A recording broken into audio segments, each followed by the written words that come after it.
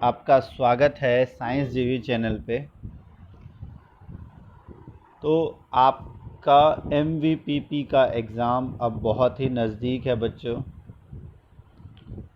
और उसी एग्ज़ाम को देखते हुए आज हम लेके आए हैं जो 2023-24 का जो आपका सब्जेक्ट का जो टेस्ट था, स्कॉलिस्टिक एप्टीट्यूड टेस्ट। जैसा कि आपको पता है टोटल 200 क्वेश्चंस आते हैं। 100 क्वेश्चंस होते हैं आपके सब्जेक्ट के और 100 क्वेश्चंस आपके जनरल होते हैं। तो जनरल क्वेश्चंस के अगर हम इस पूरे पेपर को देखें, एक बार अगर आप पूरे पेपर को देखो तो जनरल क्वेश्चंस में मैथ्स और रीजनिंग के ही क्वेश्चंस होते हैं, इसके अलावा और किसी के क्वेश्चंस नहीं होते। तो ये जो क्वेश्चंस है इसमें आपके सिर्फ मैथ्स और रीजनिंग के ही क्वेश्चंस अधिकतर आएंगे। तो रीजनिंग और मैथ्स के ही क्वेश्चंस अगर आप देखो तो इसी तरह के क्वेश्चंस आएंगे। आपको प्रैक्टिस इसकी अच्छे से करनी है, और इसके कुछ क्वेश्चंस हमने करवाए भी हैं आपको। पार्ट 1 पार्ट 2 में कुछ क्वेश्चंस करवाए भी हैं, और अब पार्ट 3 पार्ट 4 में भी हम आपको करवा देंगे बाकी क्वेश्चंस। और पैटर्न अगर आप देखो तो 200, अगर आप पूरे पेपर का पैटर्न देखो तो 3 घंटे 20 मिनट का टाइम मिलता है आपको, और 200 मार्क्स का होता है। ठीक है, 100 क्वेश्चंस मेंटल एबिलिटी टेस्ट के, 100 क्वेश्चंस स्कॉलिस्टिक एबिलिटी टेस्ट के, और इसमें से लगभग 50 क्वेश्चंस तक हमने इसके कर लिए थे। और भी क्वेश्चंस हम जल्द ही 50 के आसपास इसके क्वेश्चंस हमने कर लिए हैं, और भी जल्द ही इसके क्वेश्चंस लेके आएंगे। और आज जो है, आज हम सब्जेक्ट स्पेसिफिक क्वेश्चंस जो आपके स्कॉलिस्टिक टेस्ट, जो कि आपके सब्जेक्ट जो, और इसमें मेनली कौन कौन से सब्जेक्ट्स आते हैं वो अगर देखें तो सबसे पहले आपके साइंस के क्वेश्चंस आएंगे। देख रहे हो 100 से स्टार्ट हो रहे हैं साइंस के क्वेश्चंस, और लगभग आपका साइंस का क्वेश्चन कहाँ तक है, हाँ 39। तो ये 40 क्वेश्चंस आपके साइंस के हैं इसमें। ठीक है, 40 साइंस के हैं। उसके बाद मैथ्स 41 से स्टार्ट है, और मैथ्स लगभग आपका 60 तक आपका मैथ्स है। तो 20 क्वेश्चन मैथ्स के हैं इसमें, और फिर 40 क्वेश्चन सोशल साइंस के हैं। तो आपका पेपर काफ़ी इजी रहने वाला है सब्जेक्ट का, अगर आप अच्छे से अपना जो भी सब्जेक्ट है उसको अच्छे से पढ़ लेते हो। और इसमें किस तरह के क्वेश्चंस आते हैं वो अब हम देखते हैं। तो पहला क्वेश्चन है आपका, a boy travelled 3 kilometre towards north and then 4 kilometre towards west, तो हिज डिस्प्लेसमेंट इज। अच्छा, अब डिस्प्लेसमेंट वाला जो चैप्टर है वो आपने 9th क्लास में पढ़ा है, तो ये मत समझना कि इसमें 8 तक का ही सिलेबस आएगा। थोड़ा बहुत आपको अपने 9th क्लास के सिलेबस को भी अच्छे से समझना पड़ेगा, उसमें से भी क्वेश्चंस आ सकते हैं। वो अगर आप पढ़ के, हालांकि डिस्प्लेसमेंट का कॉन्सेप्ट आप 8th में भी पढ़ते हो, बट अगर आप अच्छे से अभी से ही पढ़ के जाओ तो 9th के कॉन्सेप्ट का अगर आप इस्तेमाल करोगे तो क्वेश्चंस आपके इजीली हो जाएंगे। तो boy travel 3 kilometre towards north and then 4 kilometre towards west. तो डिस्प्लेसमेंट क्या होता है आपका, अब नॉर्थ है मान लो, नॉर्थ ईस्ट नहीं, अगर ये डायरेक्शन लेते हैं हम तो ईस्ट इधर लेते हैं, वेस्ट इधर लेते हैं, नॉर्थ इधर, साउथ इधर। तो सबसे पहले 3 किलोमीटर नॉर्थ गया, और फिर उसके बाद 4 किलोमीटर टुवर्ड्स वेस्ट, तो वेस्ट इधर है। तो अब डिस्प्लेसमेंट क्या है, यहाँ से इसकी ओरिजिनल पोजीशन, तो ये कितना हो जाएगा 5, पाइथागोरस थ्योरम का यूज़ करके 3 4 5। तो जो शॉर्टेस्ट डिस्टेंस है उसी को कहते हैं हम डिस्प्लेसमेंट, और एक्चुअल डिस्टेंस कितना हो गया 7। तो ये आपको ध्यान रखना है, ये आपने 9th में पढ़ा है कॉन्सेप्ट। अगला है, अ coin of 100 gram on the palm experience force, जो आपके हथेली पे अगर आप 100 ग्राम द्रव्यमान रखोगे तो 100 ग्राम द्रव्यमान द्वारा अनुभव किया गया बल कितना होगा। अब बल जो है, फोर्स क्या होता है, मास इनटू एक्सेलरेशन। ठीक है, और एक्सेलरेशन को अगर आप 10 मान लेते हो, 9.8 जिसे हम कहते हैं 10 मान लेते हो, मास है आपका 100 ग्राम।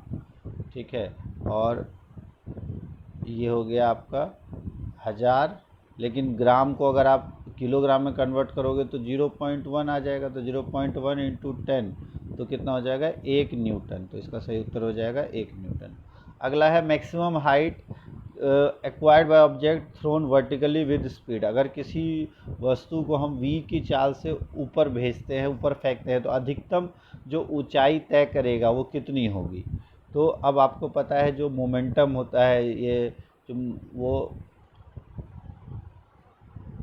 तो ये आपने कंजर्वेशन ऑफ एनर्जी में पढ़ा था कि जब भी किसी ऑब्जेक्ट को हम फेंकते हैं तो जो उसका पोटेंशियल एनर्जी और काइनेटिक एनर्जी, मैक्सिमम डिस्टेंस कब होगा, जब ये दोनों बराबर हो जाएगा, ठीक है।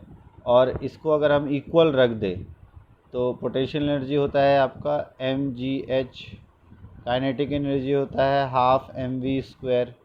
तो अगर आप इससे कैंसिल करते हो, m से m कैंसिल होता है, h की जो वैल्यू है वो हो जाएगी v²/2g। तो v²/2g ऑप्शन नंबर 3 इसका सही आंसर हो जाएगा। नेक्स्ट है, what would be the retardation on a car to stop it 200 metre, कि अगर 72 किलोमीटर प्रति घंटा की गति से कोई कार चल रहा है तो उसको रोकने के लिए आवश्यक त्वरण। तो अब आपको देखो यहाँ पर क्या दिया हुआ है, वेलोसिटी दिया हुआ है, ठीक है, और आपको डिस्टेंस दिया हुआ है, s दिया हुआ है, आपको क्या निकालना है। और अगर कोई रुकेगा तो देखो इनिशियल वेलोसिटी u है, फाइनल वेलोसिटी 0 है, ठीक है। तो आपको s दिया है, u दिया है, v दिया हुआ है। अगर आप यहाँ पे फॉर्मूला अपना ले दो v² - u² = 2as, तो यहाँ से आपको a निकालना है, तो v² - u² / 2a आ जाएगा। तो v तो आपका 0 है, u कितना है 72 किलोमीटर पर आवर है, मीटर पर सेकंड निकालोगे तो 72 किलोमीटर पर आवर को मीटर पर सेकंड से कन्वर्ट करने के लिए 5/18 से आप मल्टीप्लाई कर दोगे, तो ये हो जाएगा 20 मीटर पर सेकंड। तो अब v² तो ये 0 है, 0 माइनस 20 का स्क्वायर हो जाएगा 400, और अपॉन में 2 इंटू s की वैल्यू है 200। तो यहाँ से 200 दूना 400, ये कट गया, आंसर कितना आ गया -1। तो -1 मीटर पर सेकेंड स्क्वायर। तो रिटार्डेशन की वैल्यू हमेशा माइनस में होती है, यूनिट एक्सेलरेशन वाली ही होती है, ध्यान रखना है। अगला है, प्रेशर जो एग्जर्ट हो रहा है ग्राउंड पे by the brick of 3.2 kilogram with dimension this with surface this is. तो अब आपको पता है जो प्रेशर है, प्रेशर क्या होता है, फोर्स अपॉन एरिया, और फोर्स होता है आपका मास इंटू जी। तो मास कितना है आपका 3.2 किलोग्राम, तो 3.2 और जी अगर आप 10 रखते हो, ठीक है, जी को अगर आप 10 रखते हो तो ये 32 हो गया। उसके बाद यहाँ पे अगर हम देखें एरिया, तो एरिया जो है वो 20 × 10 है, लेकिन यहाँ पे मीटर स्क्वायर में रखेंगे तो 20 सेंटीमीटर का मतलब हो जाएगा 0.2 मीटर, और 10 सेंटीमीटर का हो जाएगा 0.1 मीटर, ठीक है। तो इसको हो जाएगा, अगर आप ये पॉइंट्स हटाते हो तो ऊपर आप 100 से मल्टीप्लाई कर दोगे, और ये 2 × 1, तो ये यहाँ से हो जाएगा 1.6, और ये तो 16 और 1600, तो इसका सही आंसर हो जाएगा 1600 न्यूटन पर मीटर स्क्वायर। नेक्स्ट है, relation between G and G. Capital G और स्मॉल जी के बीच में क्या रिलेशन है, तो ये आप ग्रेविटेशन वाले चैप्टर में पढ़ोगे, 9th क्लास के चैप्टर में पढ़ोगे। कैपिटल जी और स्मॉल जी के बीच में क्या रिलेशन है, तो कैपिटल जी और स्मॉल जी होता है gm/r², ठीक है, gm। तो ये आप ग्रेविटेशन में पढ़ोगे, फिर भी अगर इसको देखें तो देखो ये आपको पता है जी जो है वो एक्सेलरेशन के बराबर है, तो एक्सेलरेशन आपका फोर्स अपॉन मास के बराबर होगा। और ग्रेविटेशनल फोर्स की अगर हम बात करें तो उसका फॉर्मूला क्या हो जाता है, तो ग्रेविटेशनल फोर्स का फॉर्मूला होता है आपका F = Gm1m2/r², ये होता है ग्रेविटेशनल फोर्स का फॉर्मूला। तो अब फोर्स की जगह आप ये रख दो, एक का मास आप m रख दो जो ऑब्जेक्ट है, और अर्थ का मास आप कैपिटल M रख दोगे, तो यहाँ हो जाएगा कैपिटल G m और स्मॉल m/r², और अपॉन में स्मॉल m हो जाएगा, तो अपॉन में स्मॉल m यहीं आ जाएगा, यहाँ से यहाँ कट जाएगा, तो G = Gm/r², तो ये उत्तर हो जाएगा इसका। ये आप ग्रेविटेशन वाले 9th क्लास में पढ़ोगे। तो अभी तक अगर आप देखो तो 9th क्लास के क्वेश्चंस आ रहे हैं, तो 9th क्लास के क्वेश्चंस की भी प्रैक्टिस करना शुरू कर दो। अगला है, किसी गतिमान वस्तु के वेग और गति के संबंध में निम्न में से कौन सा कथन सही है। तो जो गतिशील वस्तु का वेग सदैव उसकी गति से, the velocity of moving body is always higher than its speed, speed of moving body is always higher than its velocity, speed of a moving body is its velocity in the given direction, and velocity of a moving body is its speed in the given direction। तो velocity क्या होता है, speed इन given direction. तो इसमें से आपको बताना है कौन सा सही है, तो ये सही है। Velocity of a moving body is its speed in given direction. तो speed with direction is known as velocity. Next है the distance between any two successive compressions and rarefactions. ये साउंड वाले चैप्टर में आपने पढ़ा होगा। दो सक्सेसिव कंप्रेशंस और रेयरफैक्शंस के बीच को जो डिस्टेंस है उसको कहा जाता है वन वेवलेंथ।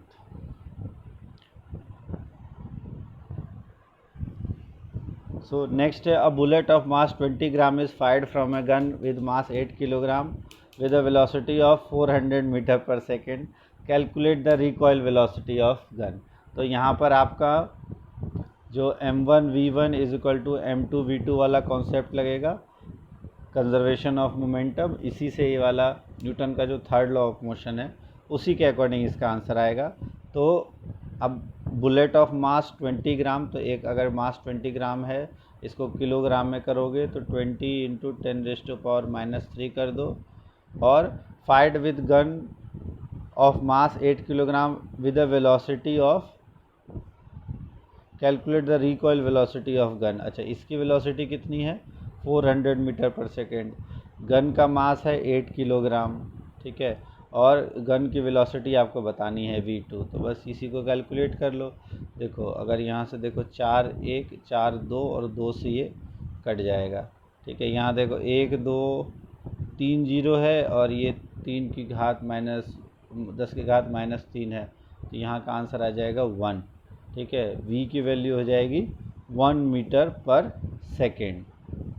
लेकिन ये आपको ध्यान रखना है कि जब भी आप बुलेट जो है वो आगे की तरफ जाएगा तो गन जो है वो पीछे की तरफ जाएगा, तो डायरेक्शन जो है वो नेगेटिव डायरेक्शन होगा। तो इसका आंसर हो जाएगा -1 मीटर पर सेकेंड।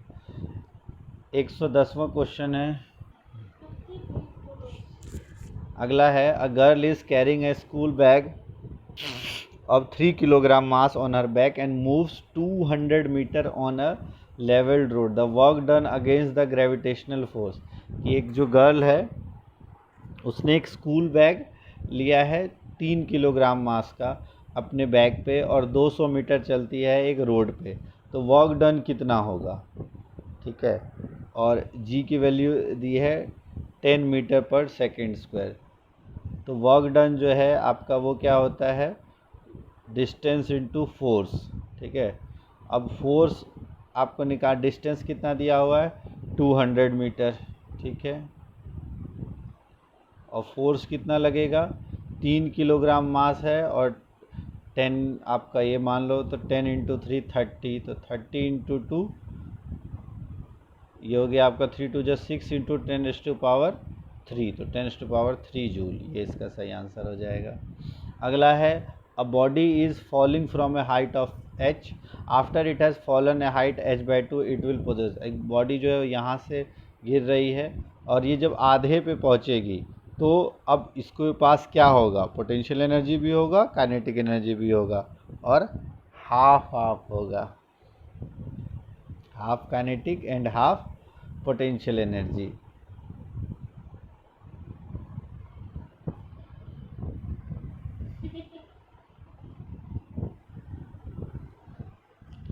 नेक्स्ट है a car goes from A town A to another town B with a speed of 40 kilometre per hour and return backs to town A with speed of 60 kilometre per hour.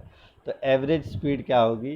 तो ऐसे question में बहुत बार आप direct इसको कर दोगे, चलो 40 और 60 50 कर लेते हैं, लेकिन ऐसे क्वेश्चन में आपको ध्यान रखना है कि अब 40 और 60 है, दोनों का एवरेज अगर लेते हो, मान लो 120 अगर आप डिस्टेंस मान लेते हो, तो जाने में कितना टाइम लगेगा 3 आवर्स, आने में कितना लगेगा 60 का किया है तो 2 आवर्स, तो 3 और 2 5 आवर्स लगे, और टोटल डिस्टेंस कितना कवर हुआ है 240, तो 240/5 करोगे तो आंसर कितना आ जाएगा 48। तो ये ध्यान रखना है, इसका आंसर सही है 48 किलोमीटर पर आवर, 50 नहीं होगा।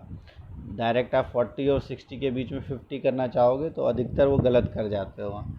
नेक्स्ट है law of conservation of linear momentum क्या है। Final momentum is equal to initial, final momentum is less than initial momentum, total momentum is less than 0, तो final momentum is initial momentum, ये आपका law of conservation of momentum है। Next है brass. Brass is a mixture. तो अभी तक जो थे वो आपके फिजिक्स के क्वेश्चंस थे, जो 40 क्वेश्चंस में लगभग आपके जो 40 क्वेश्चंस है उसमें से लगभग 13 क्वेश्चंस आपके फिजिक्स के हैं। और ये अगर ध्यान से देखेंगे तो सारे के सारे क्वेश्चंस आपके 9th के हैं, तो ये भूल जाओ कि 8th के क्वेश्चंस भी इसमें आएंगे, 9th के ही आ रहे हैं। तो आप 9th की ही तैयारी करो, लास्ट ईयर का पेपर पैटर्न देखो, 9th की तैयारी करो पहले अपने सब्जेक्ट्स की अच्छे से। अगला है brass is a mixture of. तो पीतल जो है वो किस किस का मिक्सचर होता है, copper, tin, zinc, iron, zinc, copper, या निकेल और कॉपर।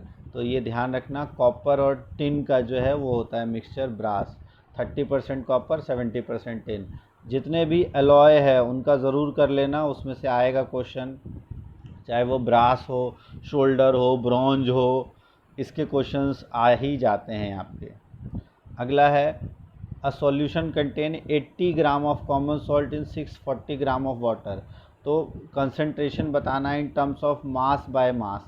तो मास बाय मास परसेंटेज क्या है, 80 ग्राम कॉमन सॉल्ट है 640 ग्राम में, तो 80 बाय टोटल कितना हो जाएगा, 80 और 640 720, और इनटू में 100 कर दो तो ये हो जाएगा 8181/9। तो 100/9 इसका सही उत्तर हो जाएगा 11.11%। नेक्स्ट है alpha particles are. Alpha particles क्या होते हैं, जो रदरफोर्ड ने एक्सपेरिमेंट किया था, अल्फ़ा पार्टिकल्स कुछ और नहीं होते, हीलियम न्यूक्लियस होते हैं। तो हीलियम में 2 इलेक्ट्रॉन्स होते हैं, और जब 2 इलेक्ट्रॉन्स दे देता है तो हीलियम न्यूक्लियस बचा, तो He2+ होता है।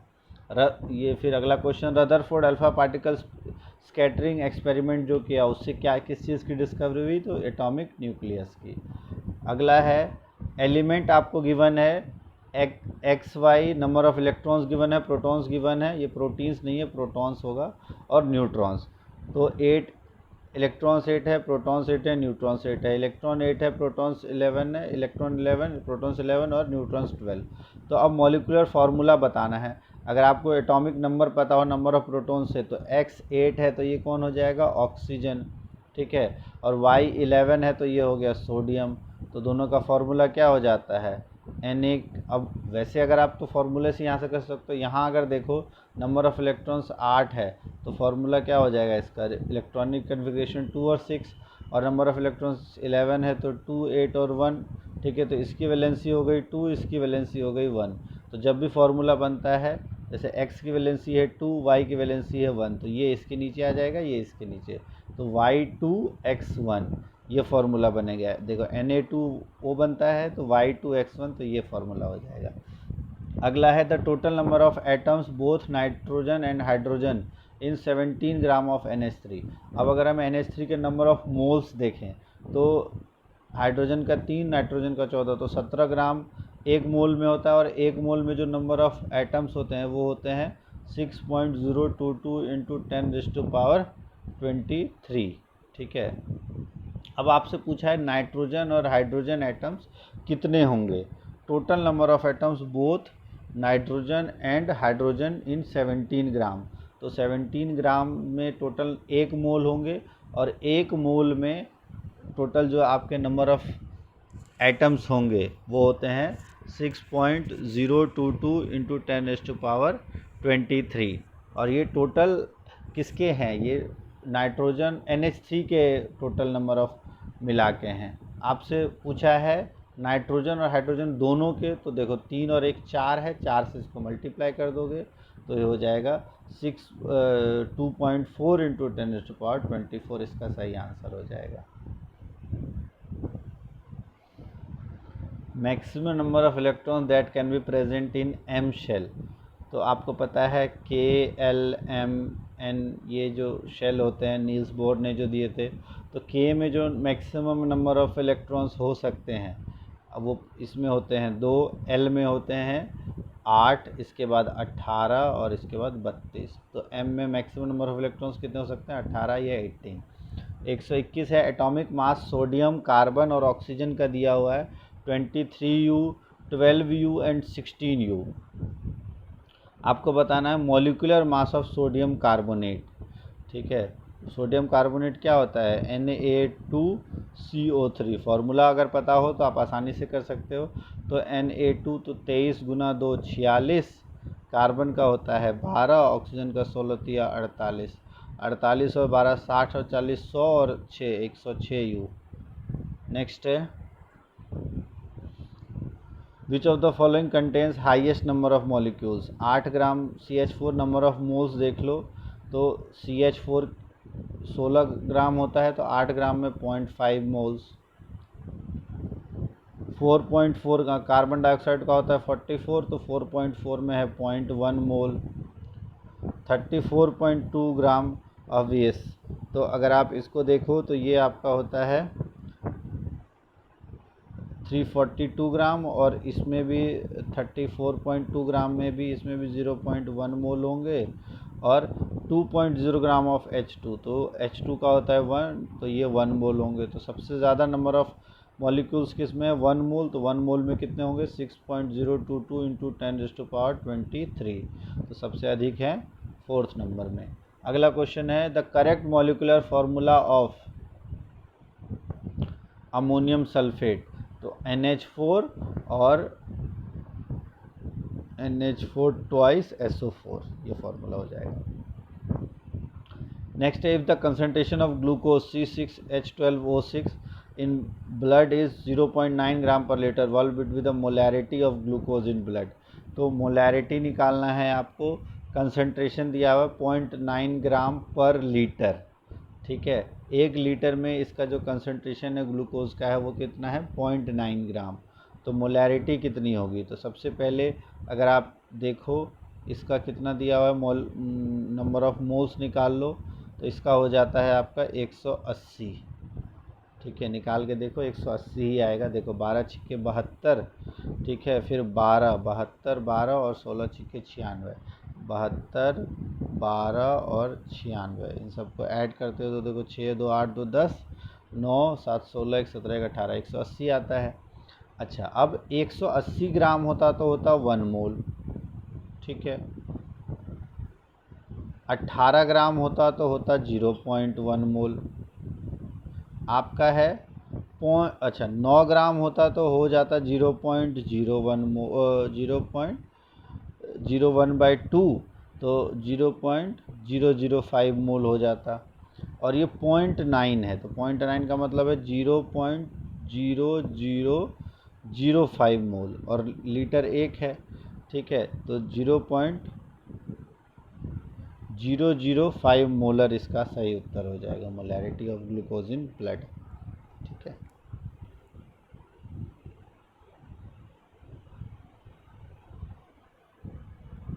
नेक्स्ट है which will show Tyndall effect. Tyndall effect कौन शो करेगा, तो कोलॉइडल सॉल्यूशन हमारा ब्लड है तो ये शो करेगा। एटमोसिटी of sodium nitrate, sodium nitrate क्या होता है NaNO3, और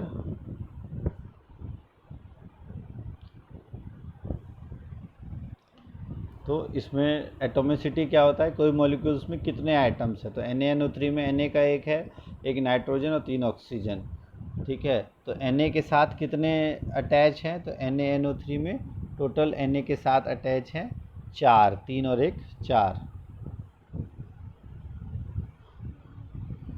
तो इसकी एटोमिसिटी कितनी हो गई 4।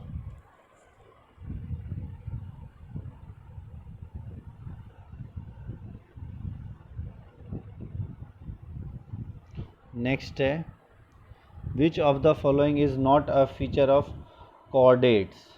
अच्छा, अब ये को जो दो देखो ये कहाँ से आया है, ये आपका 9th क्लास का जो प्रीवियस चैप्टर जो आपका डिलीटेड पोर्शन है उसी में से आया है, ठीक है। तो डिलीटेड पोर्शंस के भी क्वेश्चंस जो क्लासिफिकेशन ऑफ ऑर्गेनिज्म है उसी से क्वेश्चन आया है, ये लास्ट ईयर का ही पेपर है, तो अब आप ध्यान समझ लो, वो क्वेश्चंस आपको करने ही पड़ेंगे, आपके पास चॉइस नहीं है, वो आपको करना ही पड़ेगा।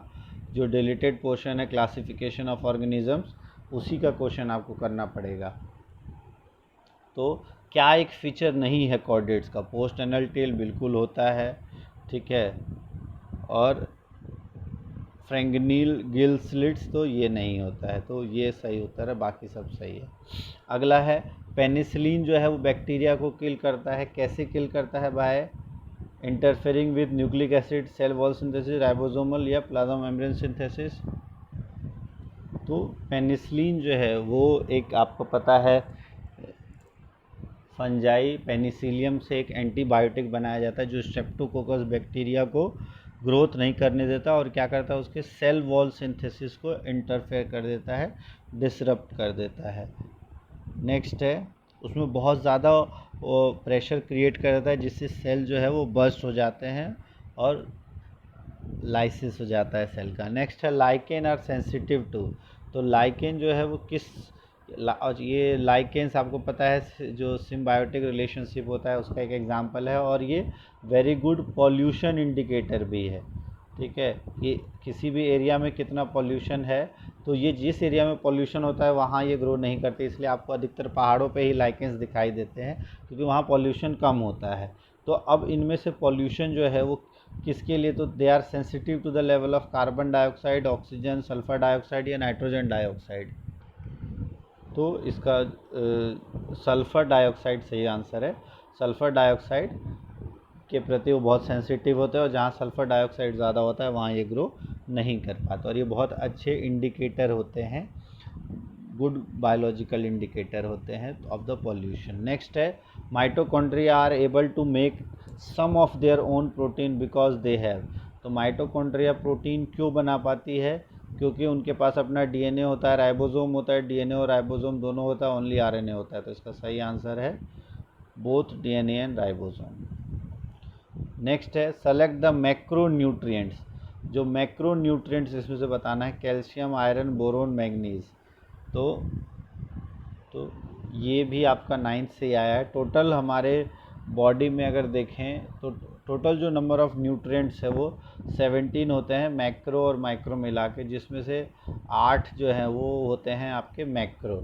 जिसमें सबसे पहले अगर आप लेना चाहते हो कार्बन, फिर हाइड्रोजन, ऑक्सीजन, नाइट्रोजन, ये 4 तो है ही। इसके बाद फॉस्फोरस, पोटेशियम। ठीक है, 1 2 3 4 5 6 और फॉस्फोरस और पोटेशियम के बाद आपका 2 मेटल्स होते हैं कैल्शियम और मैग्नीशियम। ठीक है, तो ये 1 2 3 4 5 6 7 8 जो हैं वो आपके क्या होते हैं मैक्रो न्यूट्रिएंट्स। ठीक है, जिसमें आपका carbon, oxygen, hydrogen, nitrogen, phosphorus, potassium, calcium, magnesium. और जो 9 माइक्रो न्यूट्रिएंट्स होते हैं जो कम अमाउंट में चाहिए होता है, उसमें होता है आपका iron, boron, zinc, chlorine, manganese, copper, nickel, molybdenum. ये टोटल 1 2 3 4 5 6 7 8 और कौन सा बच गया एक, तो एक और 8 8 16, एक और आप देख लो। अच्छा, एक सल्फ़र यहाँ रह गया था मैक्रो में। तो ये सारे मैक्रो में आते हैं। तो मैक्रो में अगर देखो तो इसमें पूछा गया है मैक्रो न्यूट्रिएंट्स, तो कैल्शियम इसका आंसर हो जाएगा। बाकी आयरन, बोरोन, मैग्नीज ये सारे माइक्रो न्यूट्रिएंट्स होते हैं। क्या माइक्रो, जिसको कम अमाउंट में ज़रूरत होती है। अगला है साइपेरिनस रोटोंडस। रोटोंडस इज़ एन एग्जाम्पल ऑफ। तो ये किसका एग्जाम्पल है, बैक्टीरिया, वीड, फंगस, एल्गाई। तो एक प्लांट होता है या जो हमारे लिए अनवांटेड होता है तो उसे हम वीड कहते हैं। नेक्स्ट है मेरिस्टेमेटिक सेल में क्या नहीं होता।